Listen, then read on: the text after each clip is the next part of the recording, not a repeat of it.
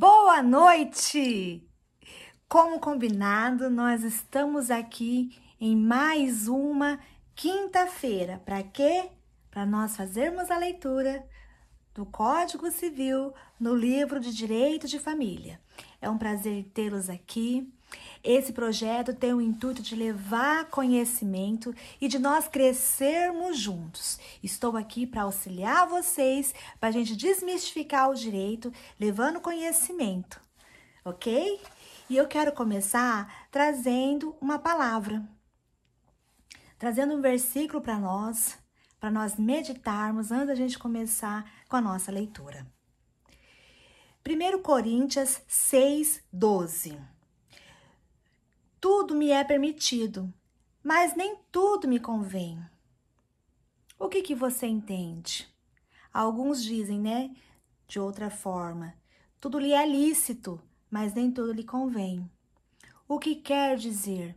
Nem todas as coisas que parecem boas, que parecem permitidas, realmente é boa e permitida para você.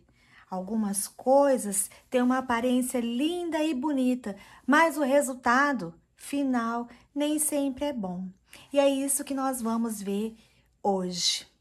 Nós começamos semana passada lendo a questão da comunhão plena de vida, os princípios do casamento.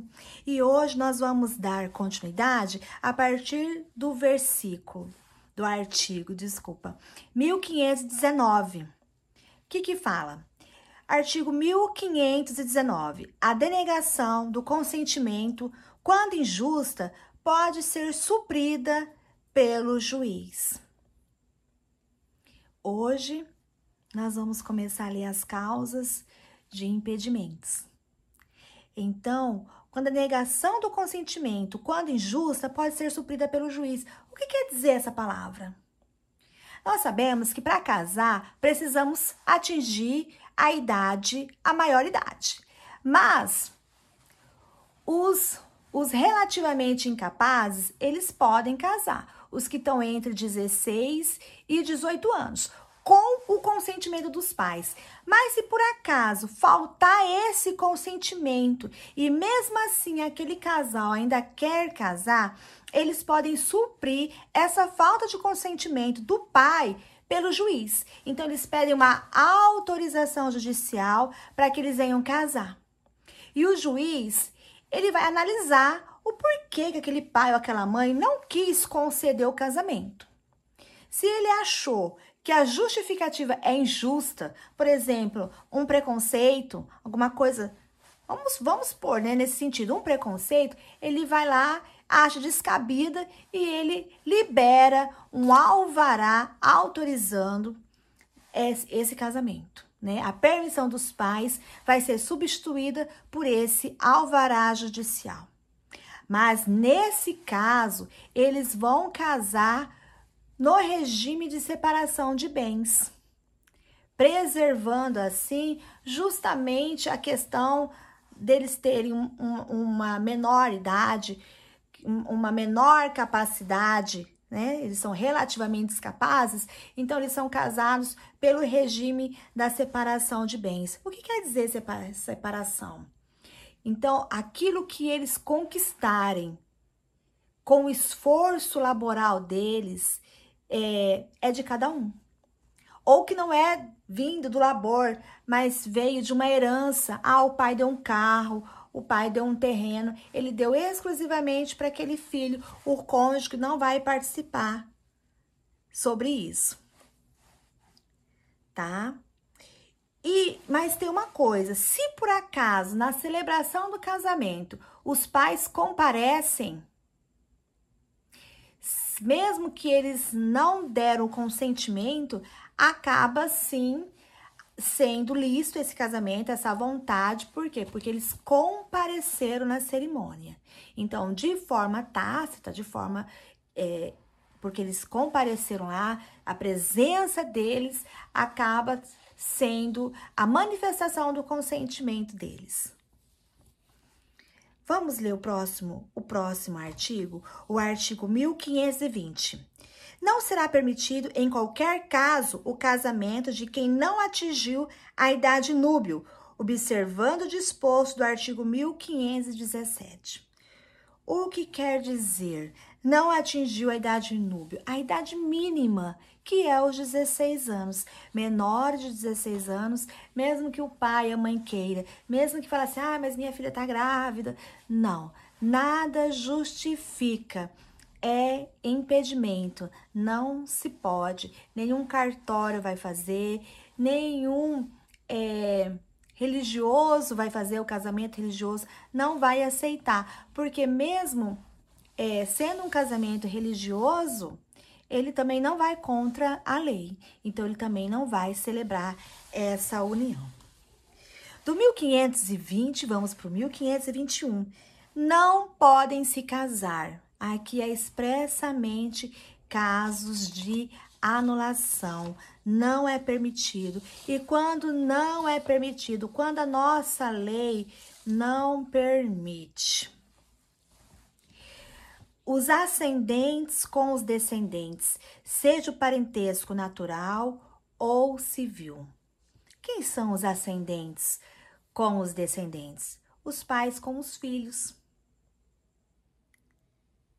Então, esses não podem. Os pais e os filhos, os avós com os netos, genro com sogras. Por isso que fala parentesco natural ou civil, que genro e sogra são parentesco civil. Não é permitido. Os afins em linha reta. Quem são os afins em linha reta?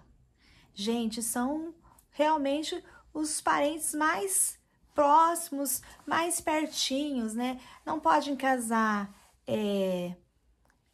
o padrasto com o enteado, né? O genro e a sogra, como a gente já falou, porque eles estão na linha reta de parentesco. Então, não se pode, não se é permitido. A gente até brinca no direito civil que sogra e sogro é sempre parente. Você pode separar, ela continua sendo sua parente e não é permitido o casamento. Gente, por que que não é permitido? Ah, mas e o amor? Aonde fica o amor? Ah, mas eu não tenho nada com ela. Eu descobri que ela não é o amor da minha vida. O amor da minha vida é a mãe dela. Né? Cenas de novela, não é mesmo? Cenas de novela. Novela a gente vê muito essas confusões lá, aqueles enredos mirabolantes que te prende a atenção ali na telinha da TV. Por quê, gente? Por questão patrimonial. Porque pensa, eu fui casada, me separei e no divórcio eu tive que fazer a partilha dos bens, dei metade de tudo que nós construímos juntos, metade é do meu ex-cônjuge. Então separamos, ficou estabelecido isso. E aí eu pego, ah não, estou apaixonada pelo meu sogro. Aí eu caso com o meu sogro. Vamos supor que o meu sogro, tem o único filho dele, era o meu ex-marido. Então, se caso aconteça alguma coisa com o meu ex-marido, quem que é herdeiro? É ele. Vai voltar para quem? Vai voltar para mim, tudo de novo. Então, por conta de confusões patrimoniais, não se é permitido. Além de que nós temos ainda uma questão ética, uma questão moral, não só jurídica, mas cultural. Culturalmente, não é aceito pela sociedade, não é vista com bons olhos. O adotante com quem foi cônjuge do adotado e o adotado com quem o foi do adotante. Então, gente, vamos pensar. Estou casada e eu e meu cônjuge, nós resolvemos adotar uma criança. Adotamos essa criança, criamos essa criança, tivemos ela como filho e por algum motivo eu venho me separar e aí por algum motivo ou eu ou ele começa a se se relacionar com esse filho ou essa filha que a gente tinha adotado, tinha criado. Olha, novamente as confusões de novela que a gente costuma ver, essas situações mirabolantes. De repente, a gente vê que aquela criancinha cresceu, virou aquela linda mulher. Aí o pai não olha mais ela como filha, já começa a olhar ela como mulher, e aí quer largar da mãe, quer casar. Não, não se é permitido. Juridicamente não é aceitável uma situação dessa. Os irmãos unilaterais ou bilaterais e demais colaterais até o terceiro grau. Então, o que quer dizer, gente? Até os tios com os sobrinhos não é permitido. Novamente, a gente torna a falar de novelas. Parece que isso aconteceu, um fato real sobre essa situação. Parece que veio uma vez no jornal essas situações de irmãos que não se conheciam e tiveram um relacionamento e depois, por alguma situação de saúde, descobriram que eram irmãos, né? Então, assim, olha a bagunça que é na mente dessa pessoa. Inclusive, na reportagem que eu vi muito tempo atrás, eles decidiram que eles iam ficar juntos. Não sei se realmente levou isso muito tempo, porque assim, eles se conheceram adultos, então eles falaram que eles não tinham nada a ver com a história dos pais deles, eles não tinham nada a ver com isso, o que importava era o amor que eles tinham. Mas eu acredito que justamente essa questão ética, cultural que nós temos, com certeza, com o tempo, isso se enfraquece, isso não vai para frente, porque entra, sim, com os conflitos de valores que nós temos. As pessoas casadas. Gente, por que as pessoas casadas são proibidas de casar? Eu já tenho um marido, como que eu vou? E a gente vê isso muito hoje em dia, nas questões jurídicas, principalmente envolvendo pensão pós-morte, onde a pessoa vai entrar com um pedido de pensão e descobre que alguém já entrou com esse pedido e vai descobrir o cara já tinha sido casado e estava vivendo em união estável com uma outra pessoa. A gente escuta muito essas histórias com pessoas que são caminhoneiros, por exemplo, que viajam muito, fica muito tempo fora, 2, 3 meses em um lugar, 2, 3 meses em outro, e o pessoal vai criando famílias em cada lugar que passou. É por isso que quando a pessoa se habilita para casar, abre-se um edital. Justamente para quem souber que a pessoa foi casada ou tem um impedimento contra ela, ela tenha tempo de se manifestar antes que aquele ato seja realmente celebrado. Então, as pessoas casadas não são permitidas casar novamente, porque no Brasil o que rege é a monogamia. A gente sabe que hoje tem pessoas que fazem contratos para estabelecer outros vínculos, um casamento de poliamor, mas são contratos, são considerados contratos. Embora eles falam que eles são casados, mas é um contrato que rege entre eles, um pacto nupcial deles, que eles têm lá o acordo de que os três podem se relacionar só ali entre os três, por exemplo, né? Mas as pessoas casadas, elas não podem se casar. O cônjuge sobrevivente com um condenado por homicídio ou tentativa de homicídio contra o seu consorte. Novamente, não tem como não falar das novelas, são histórias de novela. Parece que tira aqui, vem aqui no código, lê o código, vê assim, nossa, o que isso aqui? Ah, isso aqui é interessante, vou montar uma novela em cima disso. Por quê? A pessoa, vamos supor que a gente vê muito essas questões, né?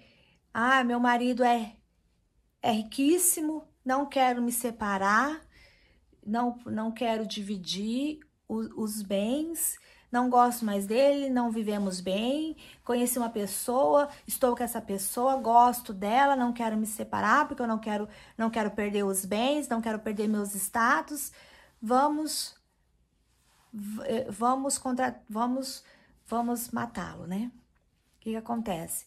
Aí descobre, a pessoa é presa, foi lá presa porque matou o outro. Gente, não pode casar. Não pode, juridicamente não pode, você não pode casar. Na verdade, se aconteceu do jeito que eu estou contando, é até mais grave, porque a pessoa também, ela participou desse homicídio, ela também vai presa. Mas, por lei, não é permitido casar-se com quem tentou matar seu marido. Ou uma tentativa, ou que realmente aconteceu esse homicídio. E o artigo 1522? Os impedimentos podem ser opostos até o momento da celebração do casamento por qualquer pessoa capaz. É por isso que, quando a pessoa se habilita para o casamento, é feito um edital, coloca lá que fulano de tal com ciclano de tal, eles vão se casar na data tal, que se aparecer um impedimento, a pessoa tem um prazo ali para... E qual que é esse prazo? Até o ato da celebração do casamento. É o que a gente costuma ouvir lá quando o casal tá lá no altar, diante do padre, diante do religioso, e aí pergunta: alguém tem algum impedimento? Fale-se agora ou cale-se para sempre. Aí, nos filmes de romance, sempre aparece alguém que levanta para salvar a noiva que tá ali casando contrariada. E levanta lá seu impedimento e sai com a noiva nos braços. Então, até esse momento, você pode falar assim: não, eu tenho algo que desabona este casamento. Qualquer pessoa capaz, o que quer dizer uma pessoa capaz? Uma pessoa maior de idade, acima dos seus 18 anos, em plenas faculdades mentais. Essa pessoa, sim, pode ir lá se manifestar e falar: não, eu tenho algo que desabone essa pessoa de se casar com a outra. O que foi? Ela é casada, tem uma esposa lá em tal cidade, ele não pode casar com ela. Não devem casar. Agora vamos para os artigos que não devem casar-se. Então, aqui é um aconselhamento. Os que nós acabamos de falar é que não pode. Esse aqui não devem. É um aconselhamento que a lei nos traz. Quem não devem casar-se? O viúvo ou a viúva que tiver filho do cônjuge falecido, enquanto não fizer o inventário dos bens do casal ou der partilha aos herdeiros. Novamente, para se evitar confusão patrimonial.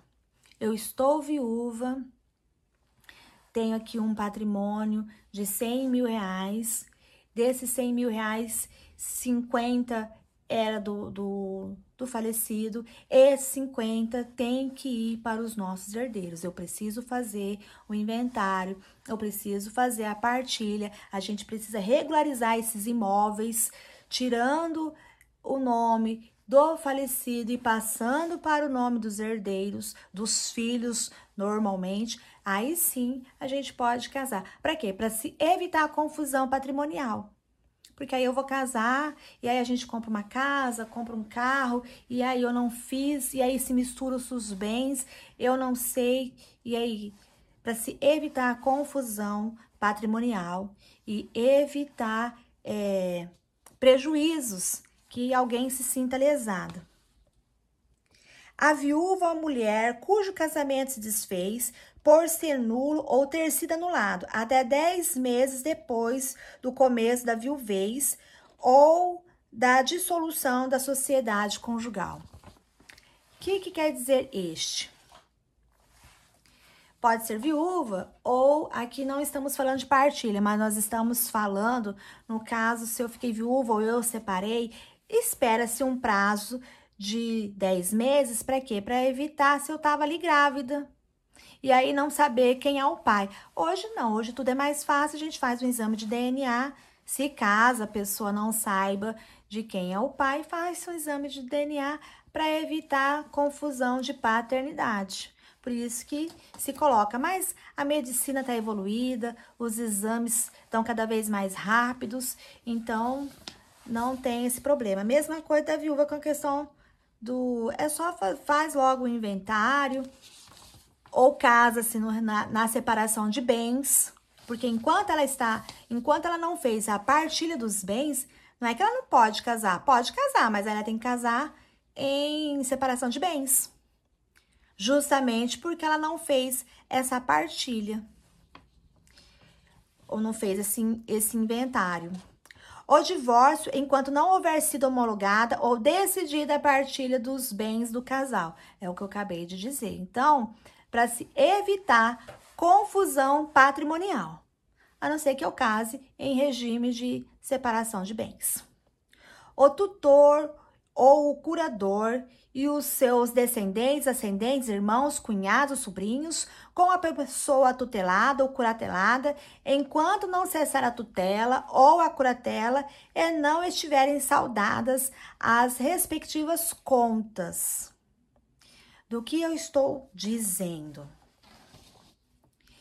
Quem que é o tutor? O tutor é aquela pessoa responsável pelo menor de 18 anos. Quando que acontece a situação? Normalmente, quando há uma perda do poder familiar. Ou quando se morre os pais e eu preciso nomear um responsável sobre aquela criança. Normalmente, quem assume essa responsabilidade? Um parente mais próximo, normalmente, né? Então, a gente vê isso muitas vezes nessa questão da perda do poder familiar, quando essas crianças são abrigadas pelo poder público, são recolhidas, né, em casas acolhedoras agora. Então, precisa se nomear alguém. Às vezes acontece delas serem recolhidas até resolver a questão. Houve assim, vamos dar um exemplo. Houve um acidente numa viagem, num passeio, os pais morreram, essas crianças foram acolhidas até conseguir buscar, resgatar a família, o parente mais próximo, e aí resolver essa questão da tutela, da guarda dessa criança. E a curatela? O que é a curatela? Gente, a curatela, nós já estamos falando de pessoas maiores de 18 anos, de pessoas adultas, pessoas que estão naquele momento incapazes de resolver qualquer ato da vida civil. Quando nós normalmente costumamos ver essas questões de curatela? Uma pessoa que está doente, que está acamada, ela nesse momento ela não pode decidir por ela sobre qualquer ato da vida civil, digamos assim, um negócio, uma venda de uma casa, ela tá doente, naquele momento ela não pode, ou a pessoa ela se encontra em estado de drogadição, então ela não tem suas faculdades mentais. Normalmente essas pessoas, elas acontecem da família pedir uma curatela para poder interná-las, para elas se restabelecerem. Então, a gente pede uma curatela. Esses são exemplos que a gente pode dar aqui. Então, vamos supor que essa pessoa curatelada, ela tem um patrimônio significativo, que alguém ali próximo dela está administrando esse patrimônio. Não se pode, para quê? Para evitar que esse curador, ele seja herdeiro desse patrimônio.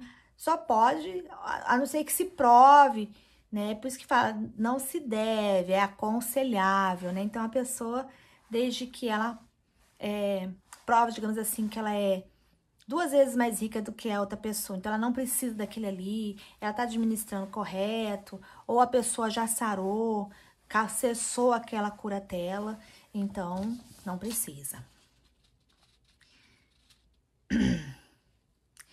Bom, gente, então esses aqui são os assuntos que nós trazemos para o dia de hoje. Eu agradeço a presença de todos, eu agradeço quem esteve aqui comigo. E agradeço, peço que vocês compartilhem. Alguma dúvida que surgiu, deixa aqui nos comentários, para que eu possa vir esclarecer em um outro momento. Do mais, boa noite e muito obrigada. Tchau, tchau.